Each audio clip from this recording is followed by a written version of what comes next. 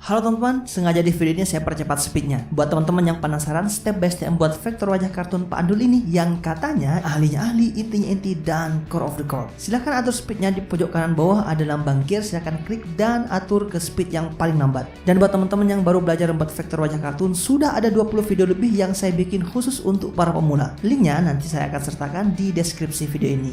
Dukung terus channel Raden Desain ini agar bermanfaat untuk banyak orang dengan mengklik tombol subscribe yang ada di bawah video ini dan klik juga lonceng. Kemudian di like dan share biar bermanfaat untuk banyak orang. Silahkan tonton video ini dan semoga bermanfaat.